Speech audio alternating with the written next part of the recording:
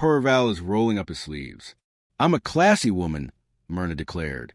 The three laughed and chatted happily until it was time to go to the meeting. Gustavo was, as usual, welcoming his colleagues at the front door of his house. He received Maria Helena with shining eyes. She was radiant and beautiful as always. Thank you. He led everyone to the meeting room. Only a small blue light illuminated the room. The room was large and pleasant. In one corner were the chairs for the disobsession session, when it was a case. In the center was an oval table. On it a white tablecloth was draped, a tray with a glass jug of water and glasses, and in the corner a small stack of books. The mediums were seated in their places. After everyone had settled in, Gustavo gave the opening PR.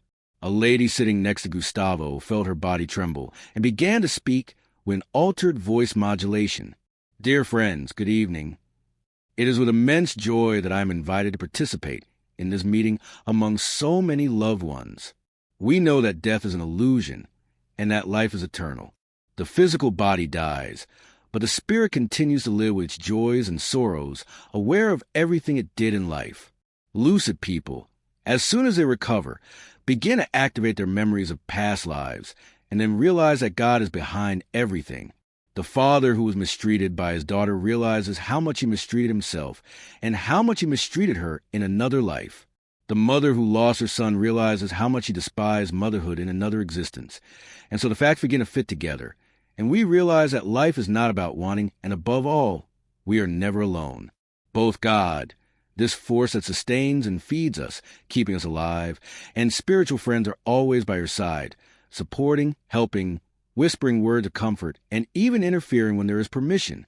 I am happy to see friends from other existences living in harmony and balance. But now time is running out because we have a lot of work to do. I ask everyone, especially dear Myrna, have patience. There is no injustice. Do not forget that this place you now frequent is the ideal place to learn about the laws of life. The experiences that are come are nothing more than situations for you and your spiritual qualities. Therefore, it is for those who trust, and only it will be able to keep you in balance through the situations that will come. We will always be by your side. After all, we are never alone. Be at peace. The medium exhaled deep sighs and gradually came to her senses. The session ended. Gustavo gave a lesson on guilt, showing that it only serves to oppress and punish us. It was a very interesting lesson, and everyone was amazed by the explanation. Gustavo had firmness and elegant gestures. He spoke naturally and had a velvety voice. He enchanted everyone with his lectures. Of course, Maria Helena was more enchanted than the others, which was visible that night.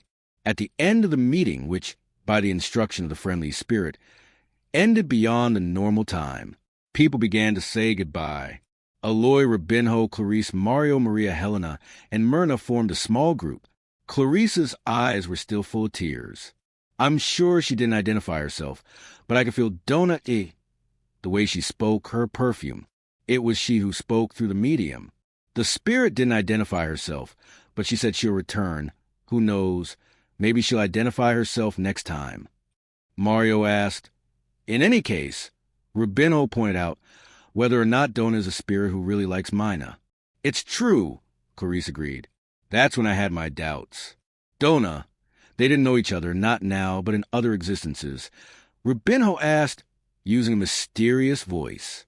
The group burst out laughing. Clarice agreed. It's true. We don't know the connections from the past. In any case, she asked us, especially Myrna, to have faith. I was scared. She intervened. Gustavo had said goodbye to his companions and approached. Donna, don't be afraid. Donna, don't forget, Myrna, that sometimes we need to go through unpleasant situations to free ourselves from beliefs and thought forms that would take a long time to be reformulated. It's as if old beliefs were given a fright and disappeared. Am I going to die? She asked in a tearful tone.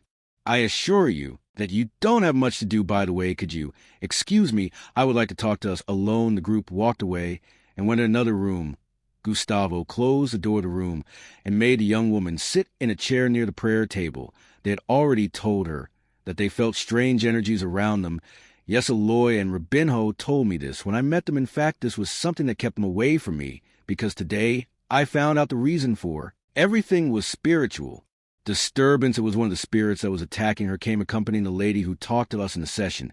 And why would I receive attacks? Could it be that my stepfather died and came to take revenge? She asked, distressed, no Myrna. It is not about your stepfather. I need to be clear first. For you to see that spirituality is a serious thing. And second, to know that everything we do, in one way or another, comes back to our lives. No matter what you say or make it vibrate in this life, whether for you or for someone else, it will come back to you with the same intensity. I know, but I've never been evil. I've had some slip-ups, but I've never been bad. I doubt spirituality. I feel some things, but sometimes I put it in check. So, I'm going to tell you something that only you know and no one else. The spirits warned me today so that I could better understand your case. It also serves for you. Reinforce your belief in spirituality. And from now on, reflect on everything you do. She was distressed. You can talk. If it's to help me, there's nothing to be ashamed of. Before working at Pallida, what made Myrna feel like her faces were burning hot? She had told Delmo, but she trusted him. She didn't believe he could have told her that talking to her in the previous day's session was unethical, but she tried to calm her down. Gustavo took a glass of water, fluidified, and gave it to her. Myrna drank slowly, and she felt calmer, took a deep breath, and replied, "Can I tell you a story?" "Of course you can." "My mother thought I wanted to seduce my stepfather. I was beaten a lot because of that. I screamed and kicked. He came back from work early and caught her lying on top of me. When I saw her, I felt a relief. I said to myself, now she can't doubt it. But I was wrong. She came at me as if I were the one to blame. She hit me, and when her strength ran out, she threw me out on the street. My stepfather came after her, asking for forgiveness. I ran away. He was stronger and caught me, put money in my bag, grabbed me and kissed me. I was disgusted, but he cried and said, I love you, I love you. I shook my head from side to side and screamed. I ran away and ran so fast that soon I was near the bus station. I bought a ticket to the furthest city I could afford. I ended up in Rio de Janeiro. Without knowing anyone, I ended up in Lapa. Myrna let the tears flow. Gustavo took a handkerchief and gently dried them. She continued, I became a prostitute out of necessity. You don't know what it's like to be hungry and have nothing to eat. I felt cold and had nowhere to go. Sleeping was when I met Bene, a giant. He gave me a room in a boarding house and put me to work. This kind of life is not easy.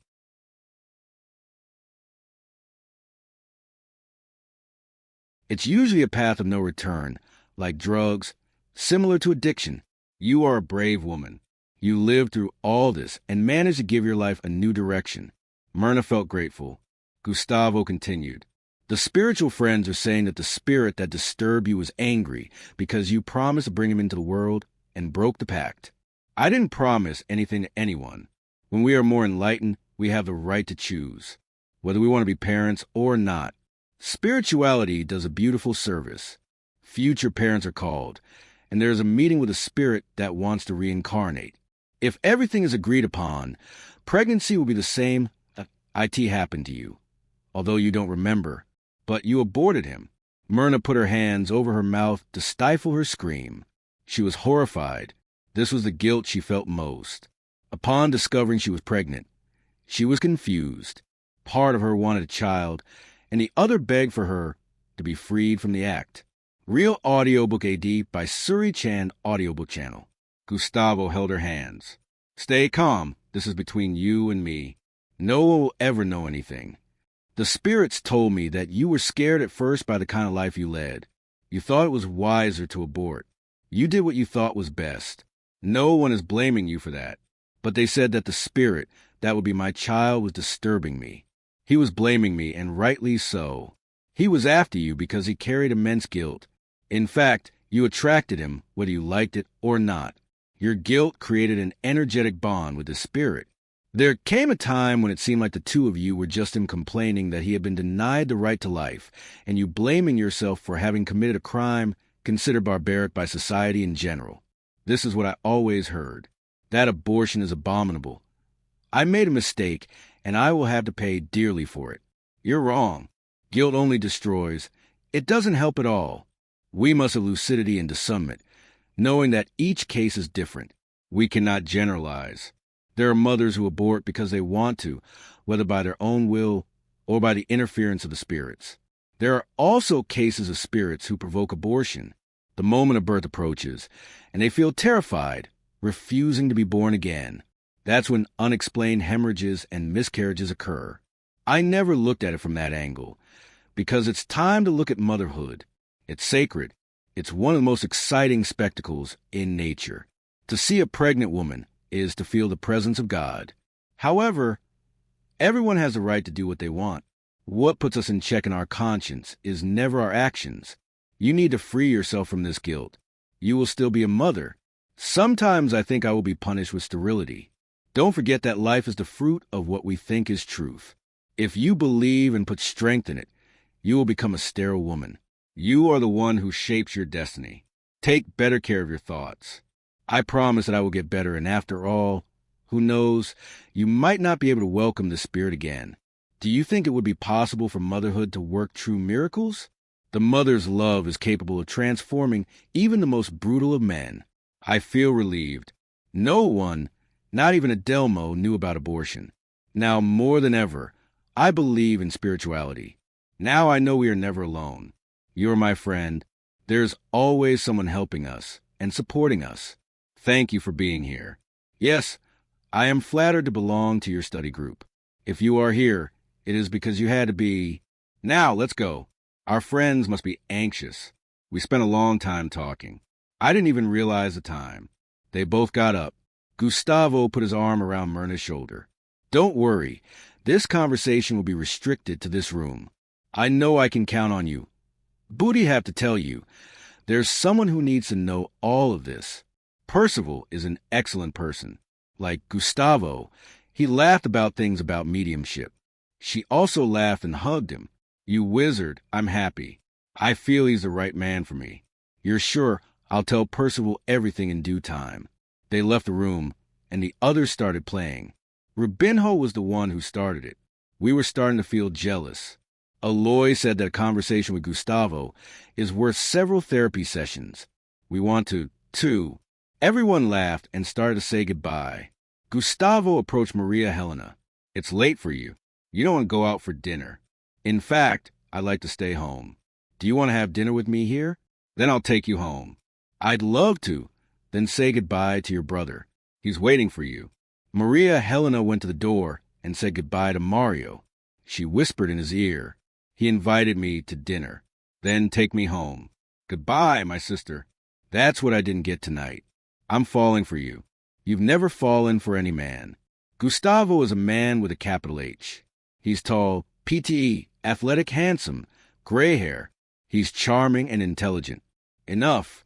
If not, I'm not going to fall in love too. Silly Maria Helena turned to Clarice, saying goodbye. You've worked wonders on Mario. I've never heard so calm and happy.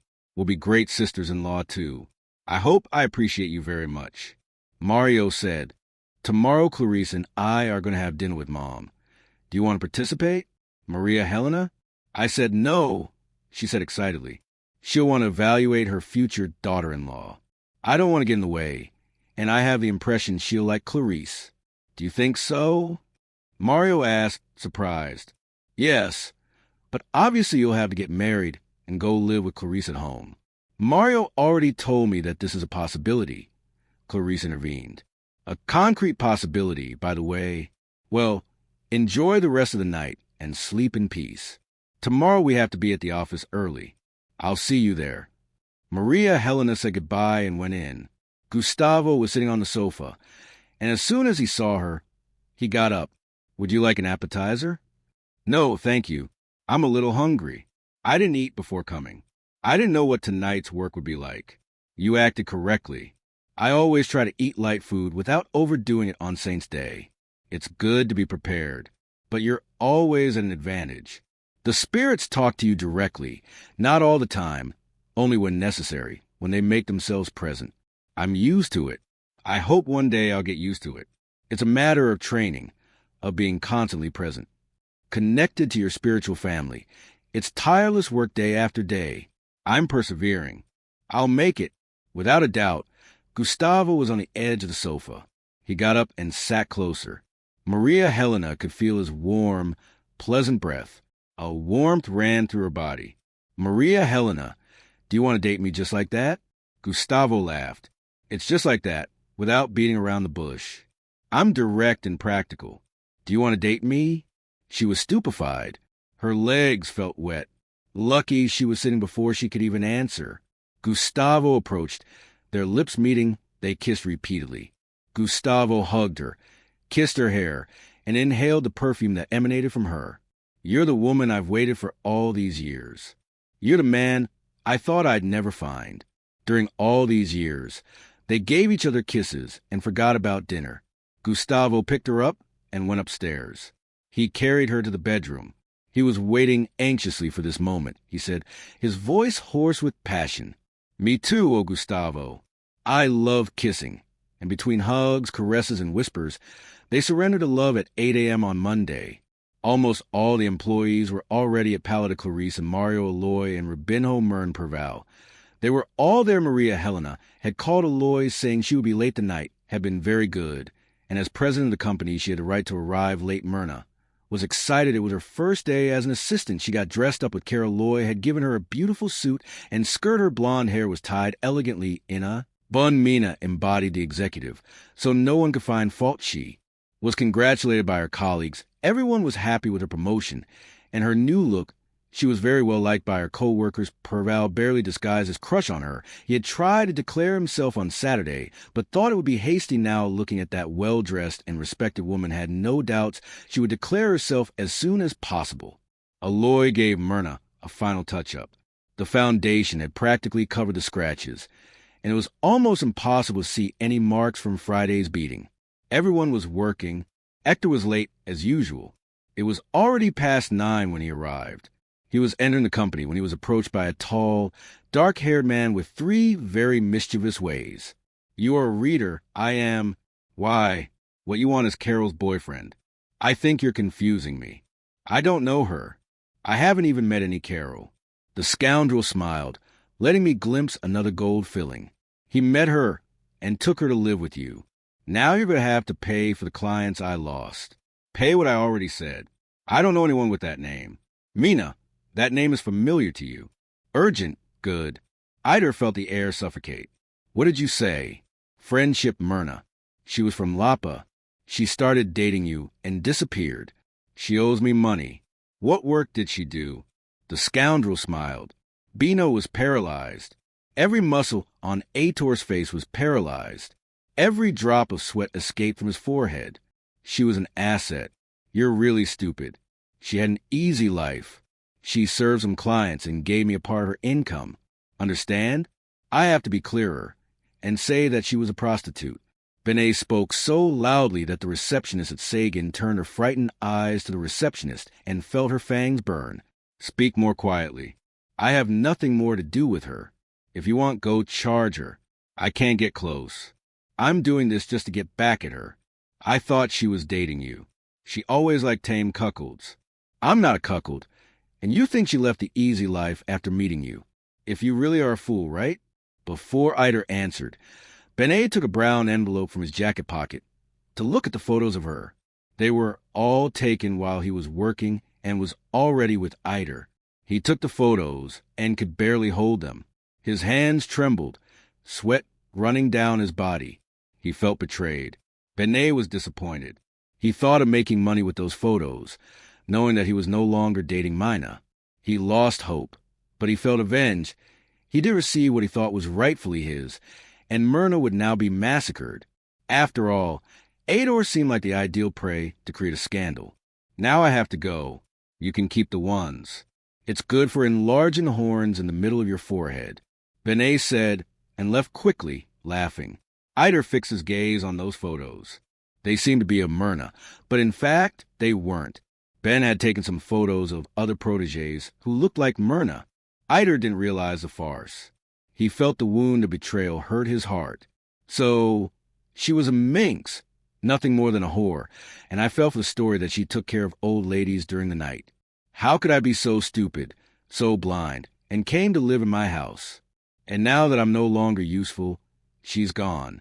I made a fool of myself, but she'll pay me back. I swear she'll pay me back.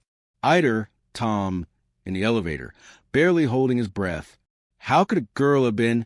He saw how she had taken advantage of his good nature. It was always like that. Every good person got stabbed in the back. He knew there was no point in being good, that helping others only brought heartbreak. But Mina wasn't going to go unpunished. He opened the elevator door and went huffing and puffing into the room. His colleagues were astonished at him. Myrna was leaving the kitchen with Clarice when he saw her. He didn't know what to do. She still felt the pain of the beating in her soul. Clarice grabbed her by the arm. "Don't worry. Everything will be fine. Before you talk about anything." Heitor rushed towards Myrna and gave her a violent punch in the nose. Clarice was supporting her, and they both fell to the ground. Myrna started to bleed. Heitor started kicking her. "Damn, traitor Suera, you made a fool of me." His colleagues got up running and threw themselves at him. "What is this?" one man asked. "Where have you ever seen such rudeness?" another dean asked. He said nothing. He had the envelope in his hands. His eyes revealed immense hatred. He stared at Mina between snarling. Clara stood up, composed herself, and helped her get up. Rubinho came running from his office. "What's happening?" He went after Myrna. Clarice said, "I didn't think you were capable of this in the office. What you did was serious." It became serious.